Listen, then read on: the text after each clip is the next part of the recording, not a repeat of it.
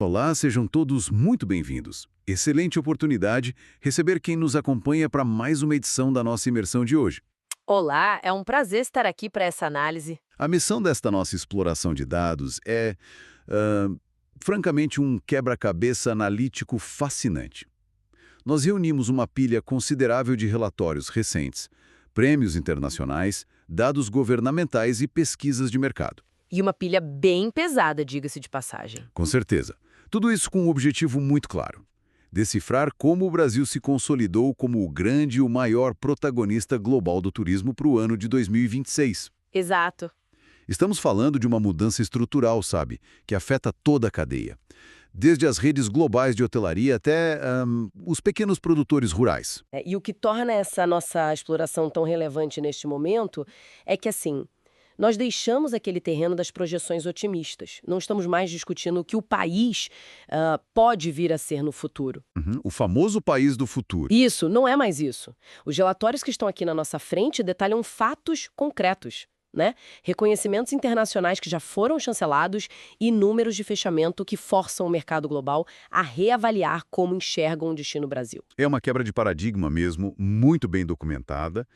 E, por falar em números documentados, o dado de abertura desses relatórios governamentais exige uma pausa. Uma pausa real para reflexão. Sim, os números de O fechamento. Brasil tinha uma meta de turismo estipulada para 2025 pelo Plano Nacional de Turismo. A expectativa lá era receber 6,9 milhões de visitantes. Que já era uma meta ambiciosa. Já era ambiciosa. Mas o registro exato, o número fechado, foi de 9.287.196 chegadas de turistas estrangeiras. É um volume absurdo. É o maior já observado em toda a série histórica. Isso representa um salto de 37,1% em relação àquele recorde anterior de 2024. O resultado simplesmente superou a expectativa inicial em quase 35%. Ok, vamos desempacotar isso. É muito importante visualizar o que esse número significa na prática. Exatamente. Usando uma analogia que os próprios pesquisadores sugeriram nas fontes, esse volume excedente, tipo, só a parte que passou da meta, é como se quase 3 mil voos internacionais, 3.000 voos? com lotação máxima, é como se eles pousassem no território brasileiro ao longo de um único ano, além do que estava previsto. É uma falha monumental nas previsões, né? Mas pro lado positivo. Totalmente. E a escala do erro nessas previsões é por si só um dado. Quando analistas erram uma projeção em 35% para cima, isso indica que uma variável não mapeada entrou em cena. Uma variável oculta. Exato. A verdadeira história não reside apenas na logística de, sabe, receber quase 10 milhões de pessoas, mas na mudança do perfil qualitativo desse fluxo todo. E a peça central desse quebra-cabeça qualitativo, que a gente vê nos documentos, é a nomeação do Brasil como destino do ano 2026. Pela revista Travel Plus Leisure, certo? Isso, esse é um selo muito específico. Ele é focado em tendências de mercado e no turismo de alto padrão.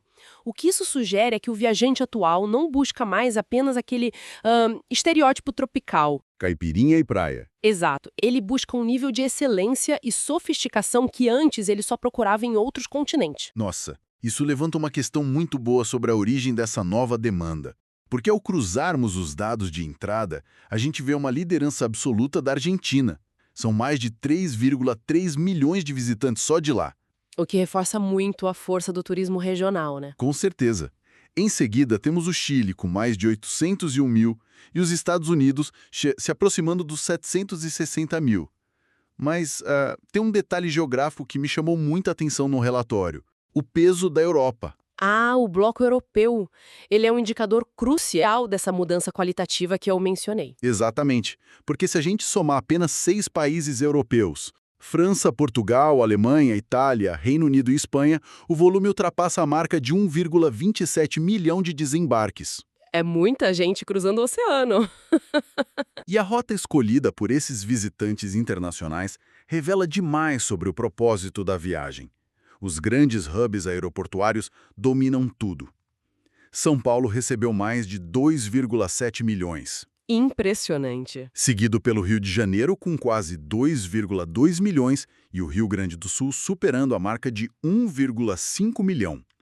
Agora, São Paulo liderar com tanta folga assim sugere fortemente que a motivação vai bem além do lazer puro, né? E é aí que a análise da Travel Plus Leisure começa a fazer muito sentido prático.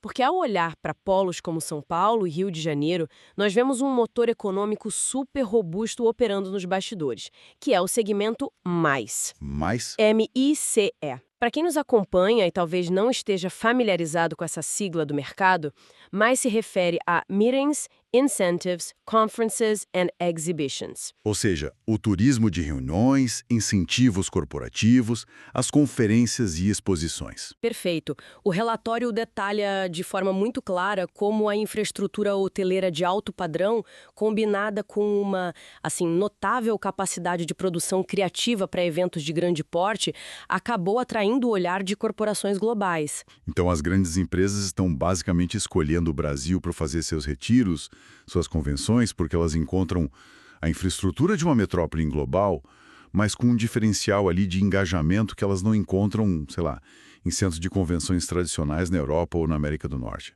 Precisamente, uma corporação global hoje busca a retenção de talentos e diferenciação. Levar uma equipe de liderança para um evento imersivo no Brasil oferece um valor agregado imensamente maior do que enfiar todo mundo num salão genérico em qualquer outro lugar do mundo. Faz todo sentido. E nós temos um dado temporal que comprova essa tese do corporativo. O fluxo turístico brasileiro sempre foi muito associado à sazonalidade. O verão, o A carnaval. alta temporada clássica. Isso. No entanto, o mês de dezembro de 2025 registrou um crescimento de 11% na entrada de turistas internacionais em relação ao ano anterior. Esse avanço, justamente fora da janela típica do lazer puro, indica que o calendário corporativo e os eventos criaram uma demanda contínua. E essa exigência por excelência e organização que a gente vê claramente no setor corporativo parece estar meio que transbordando para outras áreas, né? Áreas onde o país sempre teve um potencial bruto absurdo, mas que agora ganharam uma roupagem muito mais profissional. O ecoturismo e aventura, por exemplo. Exato. A pesquisa do US News and World Report é um ótimo exemplo disso. O relatório mostra que eles entrevistaram quase 17 mil pessoas globalmente para avaliar 89 nações. E o resultado? O Brasil foi eleito o melhor país do mundo para o turismo de aventura. O primeiro lugar isolado. Deixamos para trás destinos clássicos, hiperestruturados como Itália, Grécia e Espanha. O que é fascinante aqui é que a palavra aventura, nesse contexto mercadológico atual, não é sinônimo de improviso. Não é ir para o meio do mato sem equipamento. Muito pelo contrário. O turista internacional que cruza o globo em busca de uma experiência extrema, ele exige garantias rigorosas de segurança. O relatório desvenda uma infraestrutura invisível que sustenta essa primeira posição. O país conta hoje com 44 normas técnicas da ABNT focadas nisso. A Associação Brasileira de Normas Técnicas criou diretrizes específicas para o turismo de aventura, então. Sim, e 19 dessas normas já têm validade internacional. Nossa. Isso cria um ambiente de previsibilidade fantástico, tanto para quem investe quanto para quem consome o serviço. Sem dúvida. O levantamento ainda aponta que há 20 empresas ostentando a certificação internacional ISO operando no turismo de aventura. A ISO, como sabemos, estabelece padrões globais de gestão e qualidade.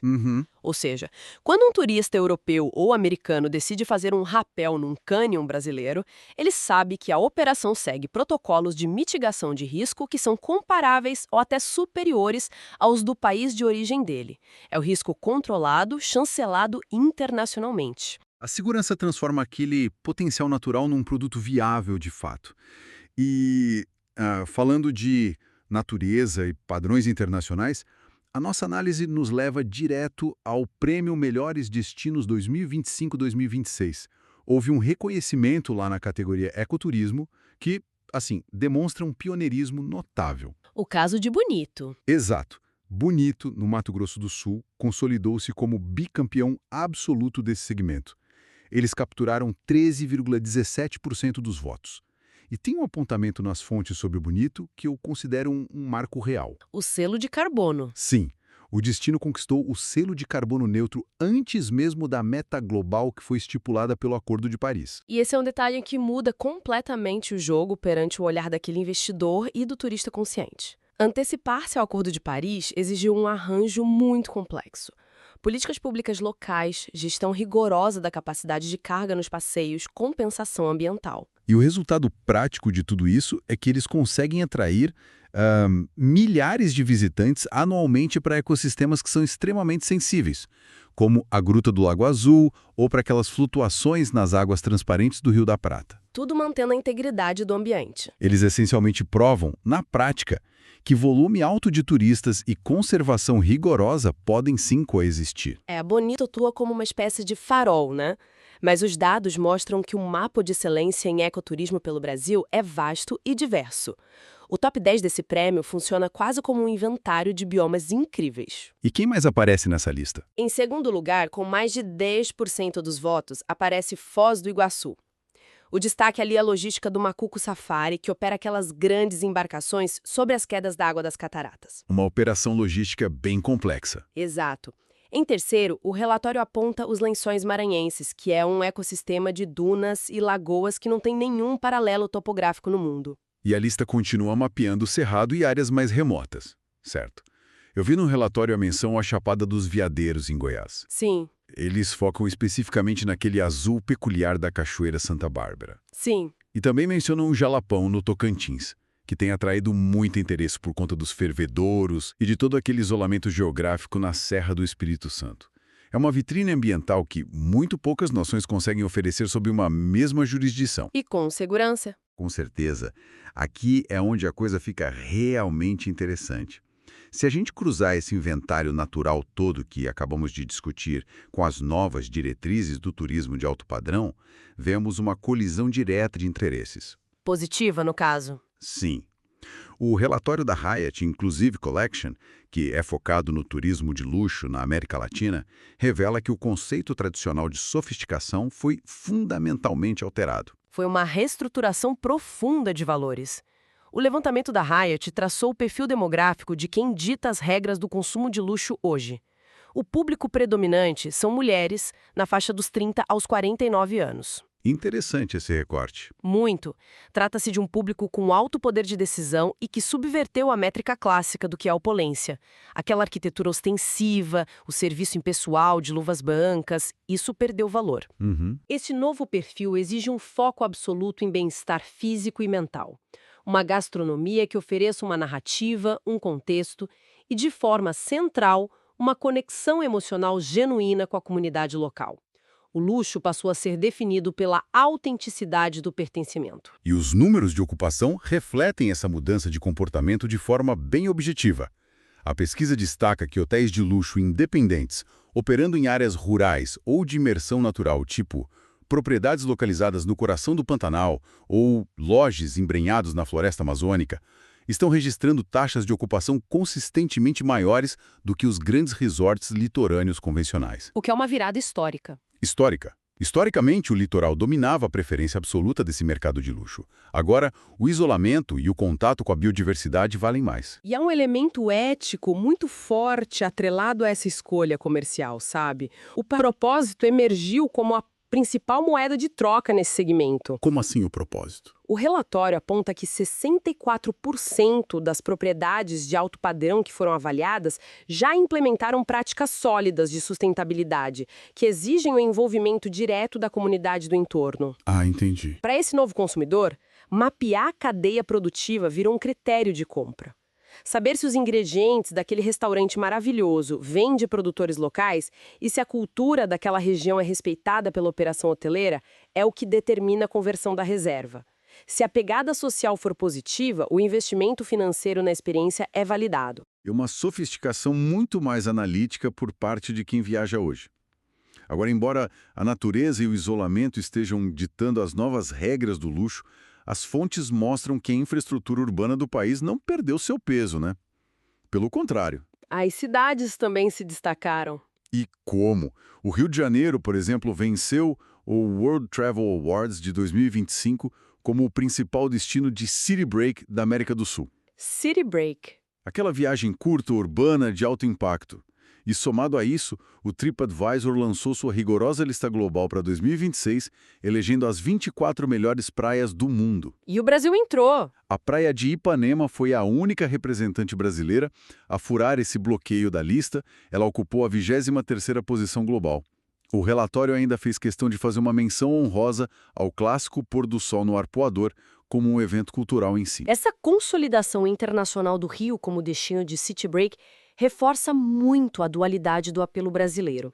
A capacidade de oferecer uma metrópole vibrante, cheia de cultura, integrada a um cenário natural deslumbrante.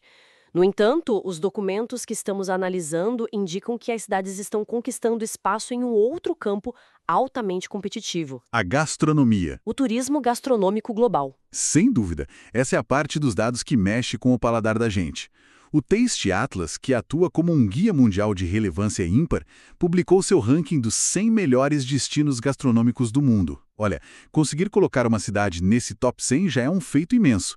O Brasil emplacou 5. 5 cidades, um desempenho que demonstra uma clara descentralização da alta gastronomia pelo país. Exato. São Paulo lidera o recorte nacional, figurando na 31ª posição mundial. E o guia faz questão de destacar a excelência tanto em pratos mais complexos como a feijoada e as técnicas de churrasco, quanto na engenharia perfeita de uma coxinha. A coxinha brilhando no exterior. E logo depois, temos o Rio de Janeiro na 43ª posição, onde o destaque analítico foi focado no preparo histórico da sopa Leão Veloso. Mas o que demonstra mesmo a força regional é a presença do Nordeste. A consolidação do Nordeste nesse ranking global é um reflexo bem direto daquela busca por identidade cultural que falamos no luxo. Recife aparece na 55ª posição, muito ancorada em técnicas centenárias que resultam no bolo de rolo e na cartola. Delícia. Apaixonada pela complexidade de sabores do acarajé e do bobô de camarão. São pratos que carregam literalmente séculos de história em cada preparo. E para completar esse quinteto de peso, Belo Horizonte garante a 84ª posição. O relatório do Taste Atlas foi muito específico ao celebrar a tradição do pão de queijo e a riqueza absurda de um bom caldo de mocotó. Há uma valorização muito evidente da comida que conforta, né? Que conta a história da sua própria região. Essa menção a Belo Horizonte nos oferece a transição ideal para o documento que eu considero o mais revelador da nossa pilha de relatórios de hoje. A lista da Condé Nast. A própria. A Condé Nast Traveler é uma das publicações mais influentes na determinação do fluxo global de turismo. Eles lançaram a lista dos 26 melhores lugares do mundo para se conhecer em 2026. E o Brasil tá lá. O Brasil está na lista na 13ª posição. Mas a surpresa analítica para os gringos é que o destino chancelado não é um reduto litorâneo badalado, nem um santuário amazônico intacto. O estado escolhido foi Minas Gerais. É uma indicação que muda completamente o eixo de percepção sobre o país, né? O foco da publicação britânica recaiu todo sobre a cultura de interior, a hospitalidade que é intrínseca deles e um patrimônio histórico extremamente preservado. E as descrições do relatório são muito precisas sobre o que eles buscam. Eles dissecam a cultura urbana e a efervescência contemporânea do estado de uma forma brilhante. Sim, eles detalham a dinâmica dos botecos de Belo Horizonte. Eles citam nominalmente espaços de revitalização urbana, como o Mercado Novo e a recém-inaugurada Galeria Ficus, que devolveu função para uma mansão histórica. Há um cruzamento claro aí entre o trivial e o altamente sofisticado. O turismo de arte contemporânea recebe um destaque considerável também.